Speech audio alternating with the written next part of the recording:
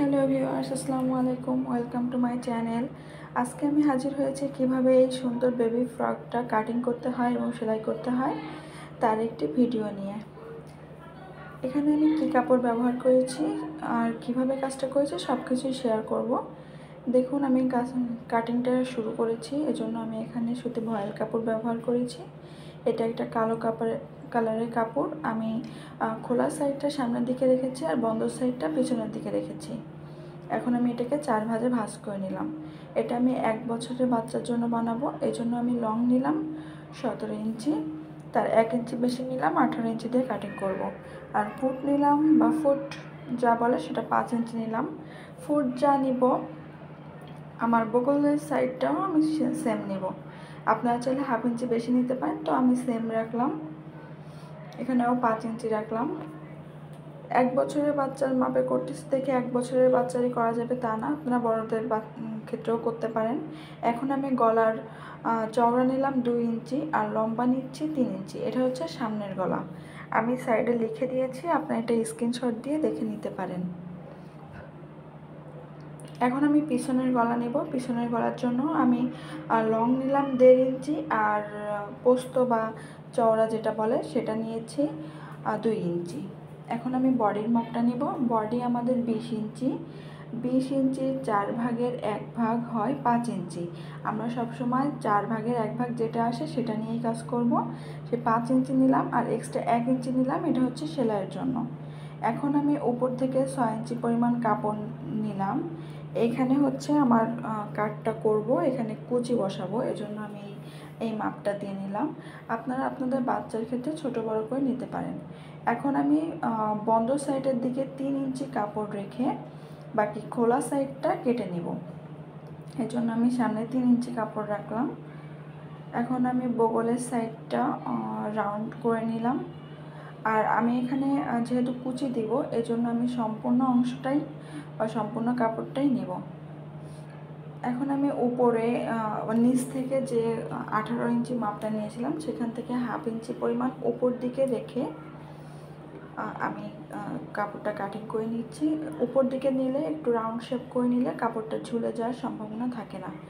এখন আমার পেছনের গলাটা কাটিং করা হয়ে গেছে। সামনের গলাটা কাটিং করার জন্য পেছনের কাপড়টা সরিয়ে নিলাম।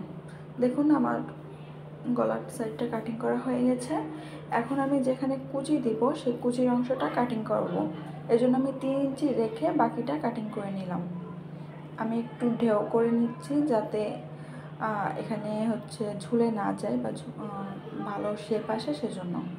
আমার এখানে 4 পার্ট করে নিয়েছিলাম, এর জন্য এক সাইডটা বন্ধ আছে, সেই জন্য আমি সাইডটা কেটে নিলাম। দেখুন আমি কিভাবে কাজটা করব। এখন আমার যে বডির অংশ 6 ইঞ্চি রেখেছিলাম সেই 6 ইঞ্চিটা কেটে নিলাম। আমার কাপড় কাটিং কিন্তু কমপ্লিট, শুধু পাইপিংয়ের কাজ বাকি, আমি সেটাও আপনাদের দেখিয়ে দিব। এখন আমার যেখানে ফাড়া অংশ সেখানে হচ্ছে কুচি হবে। পাইপিংয়ের কাজ করার জন্য আমার এখানে টুকরা কাপড় ছিল, সাদা কাপড়, আমি সেটা ব্যবহার করছি। আমরা এখানে চওড়া কাপড়টা ব্যবহার করব। এখানে আমি 1.5 ইঞ্চি পরিমাণ কাপড় নিয়ে সেটাকে কাটিং করে নিচ্ছি। সবসময় চওড়া কাপড় দিয়ে আপনার পাইপিংয়ের কাজ করবেন, তাহলে পাইপিংয়ের শেপটা সুন্দর আসবে। লম্বা কাপড় দিয়ে কখনোই পাইপিংয়ের কাজ করবেন না। চওড়া কাপড় বলতে যেটা টানলে লম্বা হয় সেটাকেই বোঝায়। আমার কাপড়টা কাটিং করা হয়ে গেছে। এখন আমি আপনাদের সেলাইটা দেখিয়ে দিব। সেলাই করার জন্য আমি প্রথমে পিছনের পার্টটা নিলাম। নেওয়ার পর পিছন পার্টে আমি বোতাম ঘাট করব, এই জন্য কাপড়টা কাটছিলাম না, এখন আপনাদের দেখিয়ে দিলাম। এখানে আমি 3 ইঞ্চি পরিমাণ কাপড় আর একটা শেপ দিয়ে নিচের দিকে কেটে নিলাম। এখন আমি পাইপিং করব, এই জন্য আমরা যে 1.5 ইঞ্চি কাপড় কেটে নিয়েছিলাম সেটাকে নিয়ে ওই গলার অংশে যেটা বোতাম ঘাট করব সেটা কাটিং করে নিচ্ছি বা সেলাই করে নিচ্ছি। আমি এক সাইড সেলাই করে নিলাম, একটু বাড়তি কাপড় রেখে কাপড়টা কেটে নিলাম। এটা আমি হচ্ছে বোতাম ঘাট করব। এখানে আপনারা চাইলে টিপ বোতামও ব্যবহার করতে পারেন।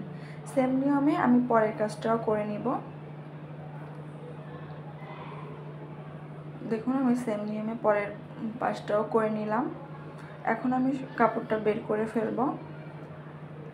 এটাও আমি একটু বাড়তি কাপড় রেখে কাপড়টা কাটিং করে দিলাম। আর এখানে হচ্ছে একটু বাঁকা তেরা আছে, এই জন্য আমি সমান করে নিলাম। এখন আমি দুই সাইডে যে মাঝখানে কাট হয়েছিল সেই কাটের এখান থেকে আমি একটু কোনা করে নিলাম, যাতে করে পাইপিংটা খুব ভালো করে সেট হয়। এখন আমি পরবর্তীতে যেটা করেছিলাম, একটা পার্ট আমার ভিতরের দিকে যাবে আর একটা পার্ট উপরের অংশে থাকবে। এই জন্য উপরের পার্টটা একটু বড় নিব আর নিচের পার্টটা ছোট নিব। আমরা যেরকম ব্লাউজের পার্ট বা জামার বোতাম ঘাট, ফতুয়ার বোতাম ঘাট করি, আমরা এই পিছন পার্টটাও সেম সেভাবেই করব। এখন আমি নিচের দিকে একটু ভাঁজ করে দিলাম, ভাঁজ করে এখানে বারবার টেকিং দিয়ে নিব, যাতে খুলে যাওয়ার সম্ভাবনা না থাকে। আমার কাজগুলো যদি আপনাদের ভালো লেগে থাকে তাহলে অবশ্যই আমার চ্যানেলটি সাবস্ক্রাইব করবেন, লাইক করবেন, কমেন্টস করবেন এবং শেয়ার করবেন। এখন আমি নিচের পার্ট সহ উপরের পার্টটায় একটু টেকিং করে নিচ্ছি, যাতে খুলে যাওয়ার সম্ভাবনা না থাকে। আর নিচের অংশে আমি একটা চাপ সেলাই দিয়ে নিচ্ছি। আমার দেখুন উপরের পার্টে কাজ শেষ, এখন নিচের পার্টে আমি এটা আরেকটা সেলাই দিব, এজন্য একটু ভাঁজ করে সেলাইটা করে নিচ্ছি।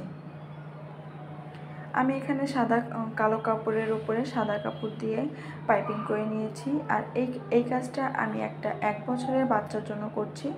আপনারা সেম নিয়ম ফলো করে বড় বাচ্চাদের ক্ষেত্রেও এই কাজটা করতে পারেন।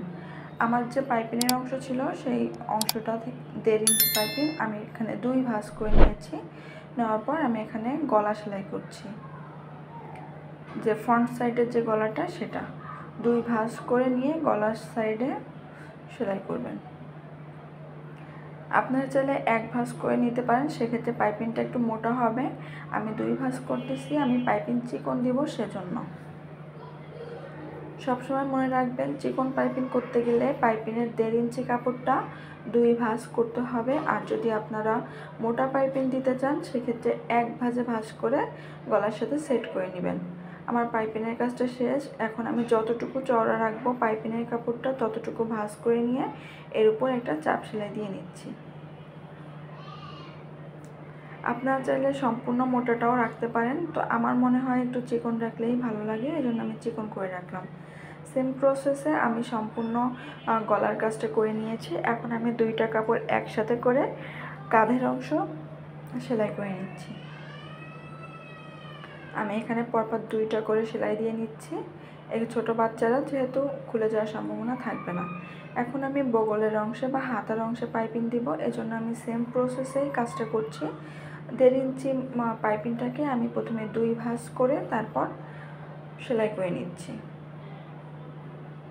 আমরা গলাটা যেভাবে সেলাই করেছিলাম ঠিক হাতাটাও সেমভাবে সেলাই করে নিচ্ছি। এখন আমি যতটুকু পাইপিং রাখবো ঠিক ততটুকু রেখে এখানে একটা চাপ সেলাই দিয়ে নিচ্ছি। সেম প্রসেসেই আমি 2টা হাতা কমপ্লিট করে নিয়েছি।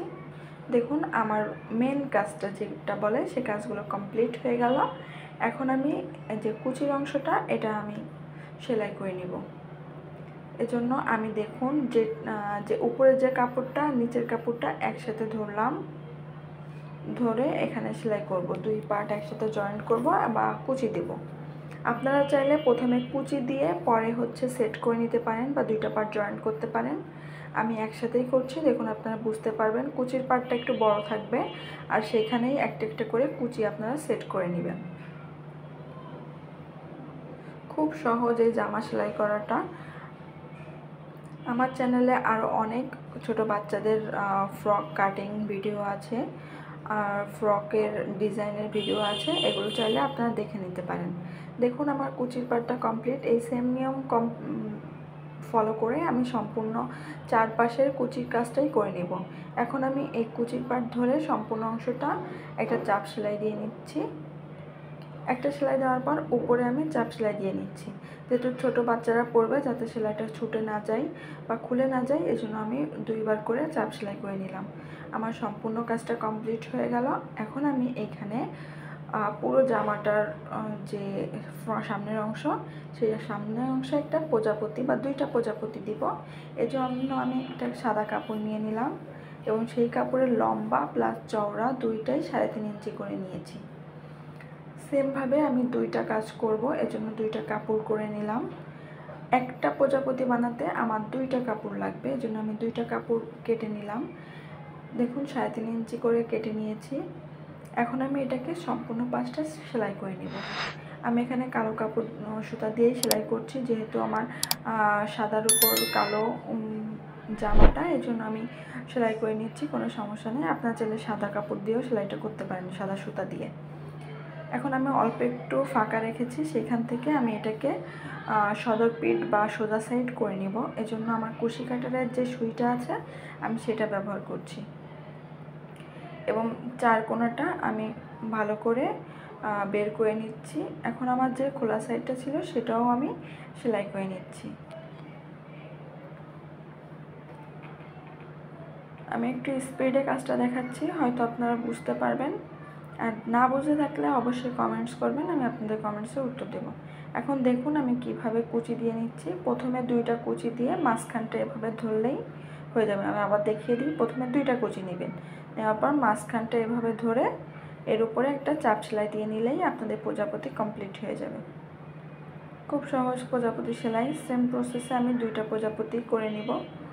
দেখুন আমার প্রজাপতিটা কতটা সুন্দর হয়েছে। এখন এই প্রজাপতিটা আমরা আমাদের জামায় লাগিয়ে নিব। আপনারা চাইলে এখানে বেবি বও বানাতে পারেন। আমি ছোট বাচ্চা যেহেতু, সেজন্য 2টা প্রজাপতি সেলাই করে নিয়েছি। এখন আমি এই প্রজাপতি কাপড়ে সেট করে নেব, এজন্য আমি উপরে চাপ সেলাই দিয়ে নিচ্ছি। Black and white combination just wow, আমার খুব ভালো লাগে, আপনাদেরও আশা করি ভালো লাগবে। আর আমার কাজ সম্পর্কিত কোনো কথা বা আপনারা যদি বুঝতে না পারেন সেক্ষেত্রে অবশ্যই কমেন্টস করবেন, আমি আপনাদের প্রশ্নের উত্তর দেব। এখন আমরা বডির পার্ট সহ সম্পূর্ণ অংশটা সেলাই করব, এজন্য 2 পার্টের হাতা একসাথে ধরে আমি এখানে সেলাই করে নিচ্ছি। এখানে আমি পরপর 2টা করে সেলাই দিয়ে নিচ্ছি। সেম প্রসেসে আমি 2টা পার্টই সেলাই করে নিচ্ছি। এখন আমি নিচের পার্টটা সমান করে ধরে নিচ থেকে 1/2 ইঞ্চি পরিমাণ ডাউন করে উপরের দিকে কেটে নিব।